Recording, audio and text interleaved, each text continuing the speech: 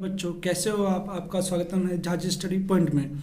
तो बच्चों कल हमने सेट्स का पिछले वीडियो में हमने सेट्स के बेसिक के बारे में पढ़ा था। आज हम एक्सरसाइज 1.1 करेंगे जिसके बारे में जो पूरे तरीके से सेट्स जो बेसिक पढ़ा उसी पे आधारित है। तो उसी को करने के लिए देखो कैसे करते हैं। सबसे पहला क्वेश्चन है which of the followings are sets, justify your answer करना है। ठीक है, तो इसी को करने के लिए हम इसे करेंगे अभी। ठीक है, तो बच्चों पहला क्वेश्चन ये है the collection of all the months of a year beginning with the letter जे।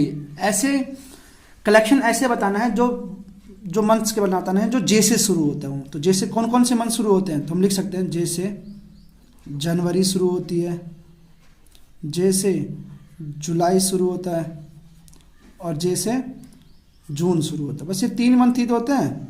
तो ये 3 मंथ होते हैं तो ये वेल डिफाइंड है। तो इसे हम कह सकते हैं कि ये सेट्स है। तो यहाँ लिख देगा ना वेल डिफाइंड।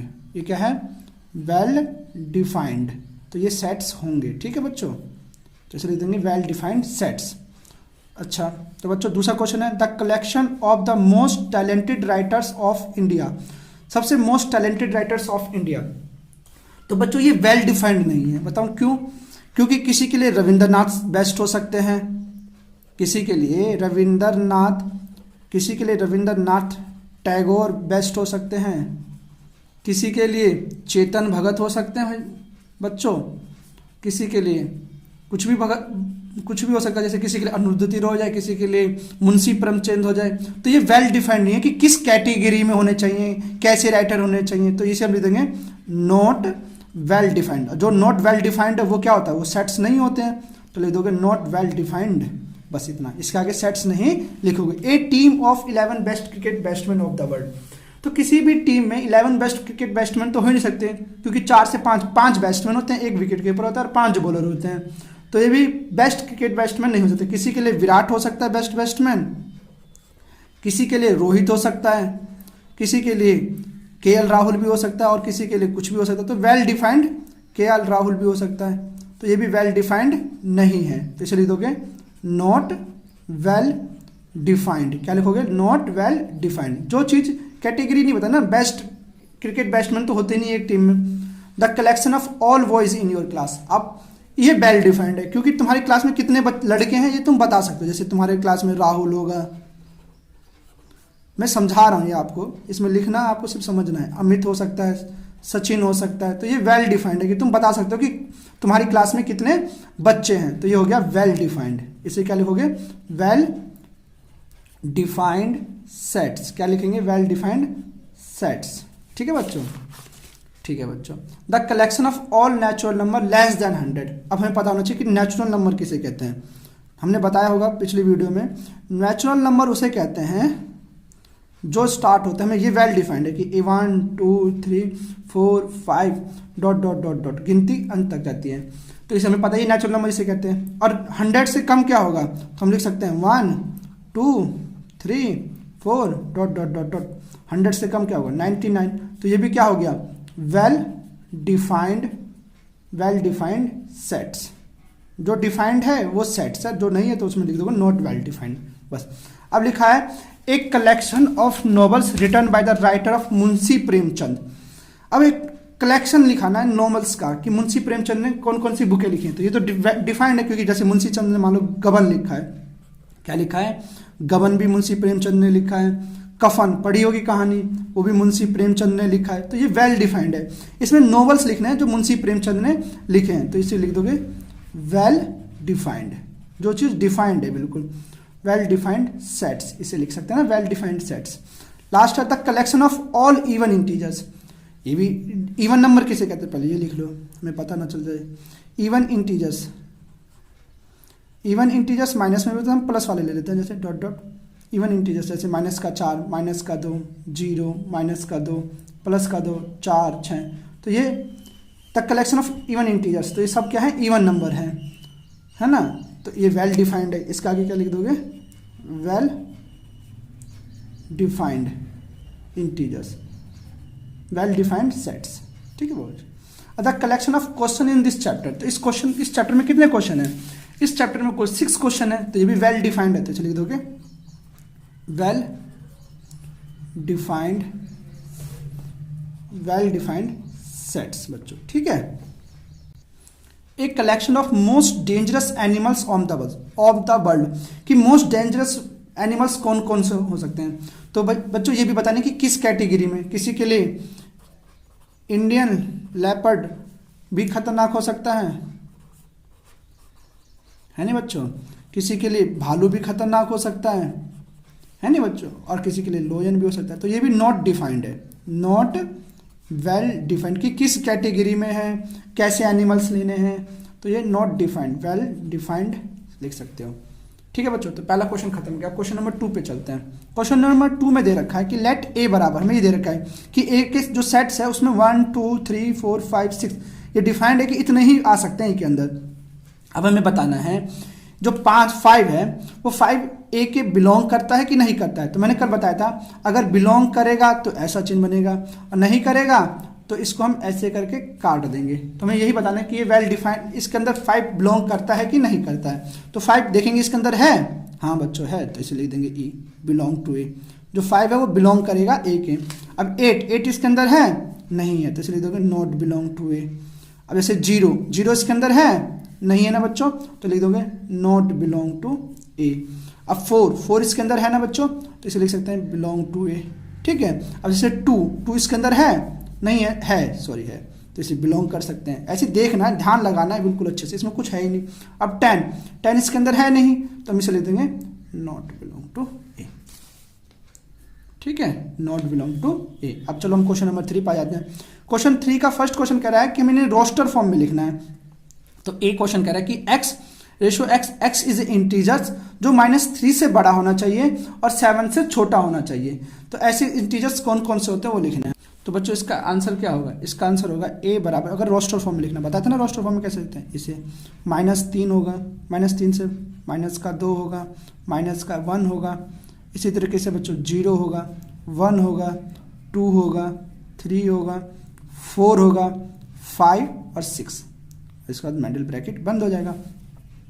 अब हमें लिखना है x is a natural number, x ratio x is a natural number less than 6 होना चाहिए। तो रैशनल नंबर लेस देन 6 कौन सा होता है, तो ऐसे बी लिखोगे, इसे कैपिटल लेटर में ही दिखाता है, ये बताया था मैंने।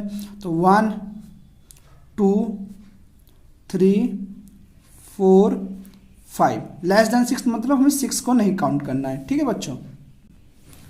थर्ड क्वेश्चन कह रहा है कि x is A 2 digit number होना चाहिए और जिनको सम करने पर 8 आना चाहिए। तो हम इसे C मान लेते हैं। ऐसे कौन कौन सी संख्या जिसको 2 डिजिट नंबर जिसको प्लस करने पे 8 होते हैं। तो 2 डिजिट शुरू कहाँ से होता है, 2 डिजिट शुरू होता है 10 से, और 2 डिजिट के एंड डिजिट क्या होती है 99। तो एन बीच में से हमें संख्या लेनी है जिनको प्लस करने पर 8 आता हो। तो सबसे पहली संख्या कौन सी हो जाएगी 17 को 1 और 7 को प्लस करोगे तो 8 हो जाएगा। दूसरा हो जाएगा 26, इसको भी प्लस करोगे तो 8 हो जाएगा। फिर आ जाएगा 35, इसको भी प्लस करोगे तो 8 हो जाएगा। इसे 44, इसको भी प्लस करोगे तो 8 हो जाएगा। 53, इसको भी प्लस करोगे तो 8 हो जाएगा। 62, इसको भी प्लस करोगे तो 8 हो जाएगा। फिर है 71, इसको भी प्लस करोगे तो 8 हो जाएगा। और लास्ट में 80, उन दोनों को प्लस करोगे तो हम सबको प्लस करोगे तो जो उनका सम होगा वो 80 होगा। अब हमें बताना कि x is a prime number और x is a prime number which is divisor by 60। तो हमें एक बताना है कि ऐसी कौन सी संख्या है जो प्राइम नंबर हो और 60 से कट जाए। तो प्राइम नंबर किसे कहते हैं, तो प्राइम नंबर उसे कहते हैं जो खुद से टेबल में जाते हैं। प्राइम नंबर कौन कौन से होते हैं, प्राइम नंबर हम कह सकते हैं 2 होता है, 3 होता है, 5 होता है, 7 होता है, 11 होता है, 13 होता है। तो अब देखना हमें 60 किस किस के टेबल में जाता है। तो 61 के टेबल में जाता है तो 1 लेना ही नहीं, प्राइम नंबर नहीं होता वो। 2 के टेबल में आता है तो उसे 2 लिख दो।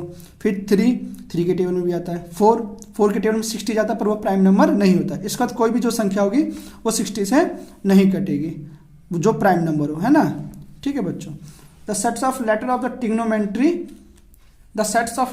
ट्रिग्नोमेट्री, तो हमें बच्चों इसका सेट्स, इसका रोस्टर फॉर्म क्या बनेगा, इसमें देखो ऐसे लिखोगे TRI, फिर क्या है G है, O है। तो बच्चों इसमें ये चीज मैं आपको बताना भूल गया था, जैसे ट्रिग्नोमेट्री में दो बार O आ रहा है, 2 बार O आ रहा है ना, तो इसको एक ही बार लिखा जाता है। इस एक का मतलब है कि ये 2 बार आ चुका है, ठीक है सर। इसको 2 बार अलग अलग नहीं लिखेंगे किसी भी शब्द को। NMEY, जैसे ट्रिग्नोमेट्री का T 2 बार है पर हमने 2 बार ना लिख के एक ही बार लिखा। R 2 बार है तो हमने एक ही बार लिखा, ठीक है बच्चों, ठीक है। तो बच्चों लास्ट क्वेश्चन भी इसी तरीके से होगा, the set of all letters in the word better. तो बेटर का भी हम ऐसे बनाएंगे कि एफ, तो इसमें देखना है कि कोई शब्द 2 बार तो नहीं है, हाँ तो ई 2 बार है, टी भी 2 बार है, तो हम इसमें सिर्फ बी 1 बार लिखेंगे, फिर हम इसमें ई लिखेंगे, फिर इसमें हम टी लिखेंगे, टी 2 बार है ना तो इसका एक ही बार लिखेंगे और एक आर लिख देंगे, बस खत्म। ठीक है बच्चों, अब हम क्वेश्चन नंबर 4 है। क्वेश्चन नंबर 4 में क्या करना है बच्चों, तो बच्चों 4 क्वेश्चन कह रहा है राइट इन सेट बिल्डर फॉर्म, इसे हमें सेट बिल्डर फॉर्म में लिखना है। तो बच्चों हम इसे ऐसे लिखेंगे, एन सेट बिल्डर फॉर्म में लिखना बताया था, उसको देखो कैसे लिखते हैं, एन इसे middle bracket x belong to x, तो यहाँ लिख देंगे इज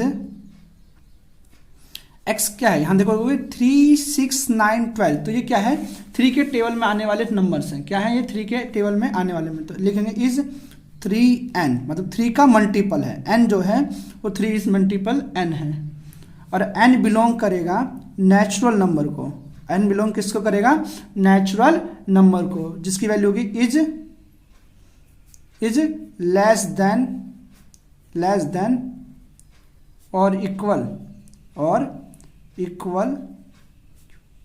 इक्वल टू 4, या तो 4 के से बड़ा होगा या 4 से छोटा होगा। ठीक है बच्चों, सेकंड क्वेश्चन इसी तरीके से, इसे हम मान लेते हैं बी ए करके, तो ए इसको रोस्टर फॉर्म में लिखने के लिए क्या लिखना पड़ेगा, x बिलोंग टू x, और यहाँ देखोगे 2 का पावर है, 2 2 जा 4, 4 2 जा 8, 8 2 जा 16, 16 2 जा 32, तो ये 2 की पावर में, तो लिखेंगे 2 की पावर n, यहाँ लिखेंगे n बिलोंग करेगा नेचुरल नंबर को, n बिलोंग करेगा, और इसको इस तरीके से भी लिख सकते हैं, n 1 से तो ग्रेटर या बड़ा होगा और 5 के बड़ा या उससे छोटा होगा। ठीक है ना, इस तरीके से लिखेंगे, इसको मिडिल ब्रैकेट 1।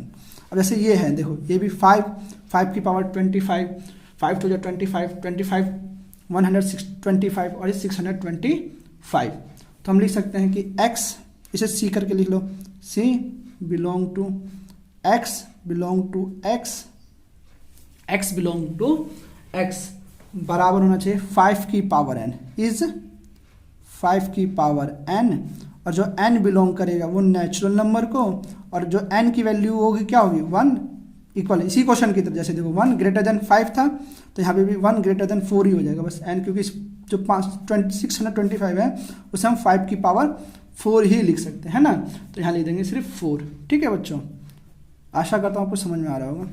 वैसे ये है 2 4 6, तो ये क्या दिखा रहा है, ये दिखा रहा है कि 2 4 6 एक इवन नंबर है, क्या लिखा है, इवन नेचुरल नंबर है, तो हम इसे दिखा देंगे d इजक्वल टू ऐसे करके x रेशो x, यहाँ लिखेंगे x is an even number, even natural number, क्योंकि नेचुरल नंबर प्लस में है ना, तो हम इसे लिख सकते हैं इवन नेचुरल नंबर। बस इसी तरीके से आपको इसे दिखा देना है, तो आपका सवाल सॉल्व हो जाएगा। सेट बिल्डर फॉर्म बहुत ही आसान है। अब देखो यहाँ क्या लिखा है, यहाँ लिखा है 149 ... 100, तो इसको सेट बिल्डर फॉर्म में लिखने के लिए क्या लिखना पड़ेगा, ये देखो सबकी पावर है, 1 की पावर है, ये 2 की पावर है, ये 3 की पावर है, और इसी तरीके से ये 100 है लास्ट में, तो ये किसकी पावर होगी, 10 की पावर होगी, तो हम इसे लिख सकते हैं इसी तरीके से, ई मान लो सेट, ऐसे लिखोगे x बिलोंग टू x, ये होगा n की पावर n की पावर n, क्योंकि ये n के ही पावर में, n बिलोंग किसको करेगा, नेचुरल नंबर को, क्योंकि ये पॉजिटिव में है, n belong to natural number. और ऐसे हम क्या लिख सकते हैं, इसमें 10 तक है ना, तो हम लिखेंगे 1 से ग्रेटर या इक्वल n की वैल्यू और ग्रेटर देन 10 होगी, बस 10 से ज़्यादा नहीं हो सकती। ठीक है बच्चों, उम्मीद है आपको समझ में आया होगा।